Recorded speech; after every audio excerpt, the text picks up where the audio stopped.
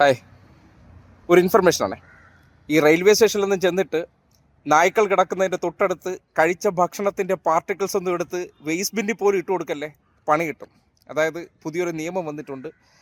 നായ്ക്കൾക്ക് റെയിൽവേ സ്റ്റേഷനിൽ ഭക്ഷണം കൊടുത്താൽ 500 രൂപ പിഴയാണ്. അപ്പോൾ സ്വാഭാവികമായിട്ട് നിങ്ങൾ അറിയാതെ ഈ ട്രെയിനിലൊക്കെ പോകുന്നവർ അതിൽ തന്നെ ഭക്ഷണം കഴിക്കുന്നവരായിരിക്കും. കഴിച്ചതിന് ശേഷം നിങ്ങൾ കൊണ്ടുവന്ന് വേസ്റ്റ് ബിന്നിൽ ഇടുമ്പോൾ അതിൽ കുറച്ച് ഭക്ഷണ പദാർത്ഥങ്ങളുണ്ട്, നായ എടുത്ത് കഴിക്കുന്ന സാഹചര്യം ഉണ്ടായാൽ നിങ്ങൾ ഒരു മൃഗസ്നേഹി അല്ലെങ്കിലും പണി കിട്ടാൻ സാധ്യതയുണ്ട്. കാര്യം റെയിൽവേ സ്റ്റേഷനുകളിൽ നായ്ക്കൾക്ക് ഭക്ഷണം കൊടുക്കുന്നവർക്കാണ് ഈ നടപടി എന്നാണ് പറയുന്നത്. സ്വാഭാവികമായിട്ടും വേസ്റ്റ് ബിന്നൊക്കെ അവിടെ ഉണ്ടായിട്ടുണ്ട്. അപ്പോൾ കഴിക്കുന്ന ഭക്ഷണത്തിൻ്റെ പാർട്ടിക്കിൾസ് കൊണ്ട് ഇടുമ്പോഴത്തേക്കും അതിൽ എന്തെങ്കിലും ഫുഡ് ഇരുന്നു നായ എടുത്ത് കഴിച്ചാലും നിങ്ങൾക്ക് പണി കിട്ടാൻ സാധ്യതയുണ്ട്. അതുകൊണ്ട് ആ കാര്യത്തിൽ കെയർഫുൾ ആകണം. നായ്ക്കൾ കാര്യം റെയിൽവേ പ്ലാറ്റ്ഫോമുകളിൽ നായ്ക്കൾ വരുത്താതിരുന്നാലാണ് ഇതിനേക്കാൾ ഏറ്റവും നല്ലത്. അതിനേക്കാൾ അതിന് ഭക്ഷണം കൊടുക്കരുതെന്ന് പറയുമ്പോൾ സ്വാഭാവികമായിട്ട് ആ എടുക്കുന്ന തീരുമാനം പ്രായോഗിക ഉള്ളതാണോ എന്നുള്ളതാണ്. കാര്യം ഫുഡ് കിട്ടാതെ വരുമ്പോഴാണ് ഇത് ആൾക്കാരെ അറ്റാക്ക് ചെയ്യുന്നൊരു സാഹചര്യം ഉണ്ടാകുന്നത്. അല്ലെങ്കിൽ ഫുഡ് കൊടുക്കുന്നത് കൊണ്ടായിരിക്കും സൈലൻ്റായിട്ട് അവിടെ കിടന്ന് ഉറങ്ങുന്നത്. അതിനേക്കാൾ റെയിൽവേ സ്റ്റേഷനിലുള്ള നായ്ക്കളെ ഒഴിവാക്കുന്നതല്ലേ ഏറ്റവും നല്ലത്.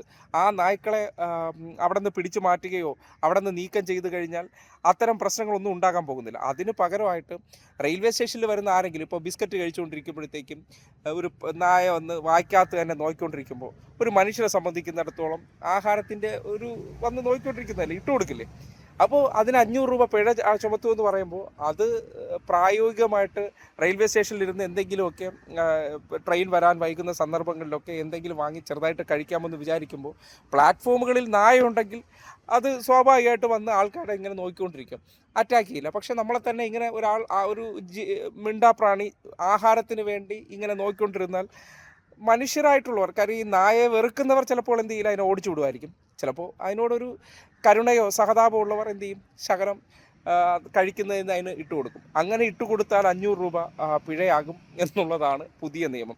ഈ നിയമങ്ങളൊക്കെ നടപ്പിലാക്കുമ്പോൾ നിങ്ങളുടെ ഭാഗത്ത് നിന്ന് ക്ലിയർ ചെയ്യേണ്ട ചില കാര്യങ്ങൾ നടപ്പാക്കിയിട്ട് വേണം അതിലേക്കൊക്കെ പിഴയായിട്ട് പോകേണ്ടത്. അല്ലാതെ നായയെ നിങ്ങൾ കയറ്റിവിടും, ആ കയറ്റിവിടുന്ന നായ്ക്കൾക്ക് ആഹാരം കൊടുത്തു കഴിഞ്ഞാൽ അത് നിങ്ങൾ പിഴ ഈടാക്കുമെന്ന് പറയുന്നത് ഒരു പ്രായോഗിക തലത്തിലുള്ള തീരുമാനമാണോ എന്നുള്ള സംശയമുണ്ട്.